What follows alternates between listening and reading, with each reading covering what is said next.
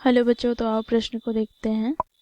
दिए गए समांतर श्रेणी अर्थात एपी का प्रथम पद 3, दूसरा पद 15, तीसरा पद 27, चौथा पद 39 डॉट डॉट डॉट का कौन सा पद उसके 54वें पद से 132 अधिक है। तो दिए गए प्रश्न की मुख्य अवधारणा की बात करें तो बच्चों यहाँ पर हम देखेंगे समांतर श्रेणी, जिसे बच्चों हम एपी से प्रदर्शित करते हैं। यदि इसका प्रथम पद ए और सार्वंतर डी हो तो दूसरा पद क्या हो जाएगा, ए प्लस डी, तीसरा पद ए प्लस 2d, चौथा पद ए प्लस 3d, इसी प्रकार बच्चों n पदों तक। अब यहाँ पर हम nवां पद की बात करें तो यह हम कैसे ज्ञात करेंगे, तो आओ देखते हैं। तो nवां पद को बच्चों ए एन से प्रदर्शित करते हैं, तो ये बराबर हो जाएगा a plus n minus 1 Guna D के, जहाँ पर बच्चों देखो a क्या है, प्रथम पद है, d क्या है, सार्वंतर है, n क्या है, तो पदों की संख्या।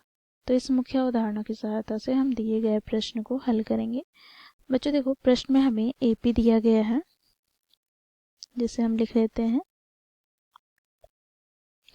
3, 15, 27, 39, डॉट डॉट।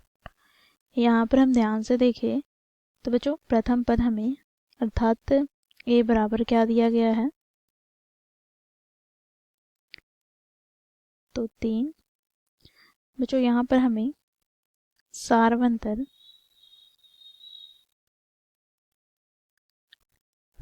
अर्थात डी बराबर क्या दिया गया है, तो 15 माइनस 3 अर्थात 12, अथवा 27 माइनस 15 अर्थात पुनः हमें 12 प्राप्त होगा। तो इस प्रकार बच्चों हमें प्रथम पद और सार्वंतर प्राप्त हो गया। अब हम क्या ज्ञात करेंगे, तो 54वें पद ज्ञात करेंगे। तो यहाँ से n बराबर क्या होगा, तो 54। तो यहाँ पर हम लिखेंगे 54वें पद, जिसे हम t 54 से प्रदर्शित करेंगे या a 54 से प्रदर्शित करते हैं। तो यहाँ पर इसे ज्ञात करने का सूत्र क्या होता है, तो a प्लस बच्चों देखो 54 माइनस 1 गुना डी। तो यहाँ से हमें प्राप्त क्या हो जाएगा, तो a प्लस 53d। अब बच्चों यहाँ पर हम मान रखेंगे, तो a का मान क्या है, तो देखो 3 और d का मान 12। तो यहाँ पर हम लिखेंगे 3 प्लस 53 गुनी 12। तो यहाँ से हमें प्राप्त हो जाएगा 3 प्लस 53 को हम 12 से गुना करते हैं, तो यहाँ से हमें प्राप्त हो जाएगा बच्चों 636। अब हम इसका योग करें तो हमें प्राप्त हो जाएगा 639। तो इस प्रकार हमें 54वें पद ज्ञात हो गया। अब प्रश्न में क्या कहा गया है, तो देखो वह कौन सा पद है जो 54वें पद से 132 अधिक है। तो यहाँ पर हम लिखेंगे, मान लेते हैं वह पद ए एन है, ठीक है। तो 54वें पद से कितना अधिक है, तो 132। अब बच्चों यहाँ पर हम मान रखेंगे, तो यहाँ से हमें प्राप्त क्या हो जाएगा, तो बच्चों देखो यहाँ पर ए एन हम कैसे ज्ञात करेंगे, तो इसके लिए सूत्र क्या है, तो ए प्लस एन माइनस 1 गुना डी बराबर, यहाँ पर क्या होगा, 94 पद हम लोगों ने क्या ज्ञात किया है, तो 639 प्लस का क्या हो जाएगा, 132। बच्चों देखो यहाँ पर प्रथम पद ए क्या है, तो ए यहाँ पर 3 है, प्लस का n माइनस 1 गुना में डी अर्थात 12 बराबर क्या हो जाएगा।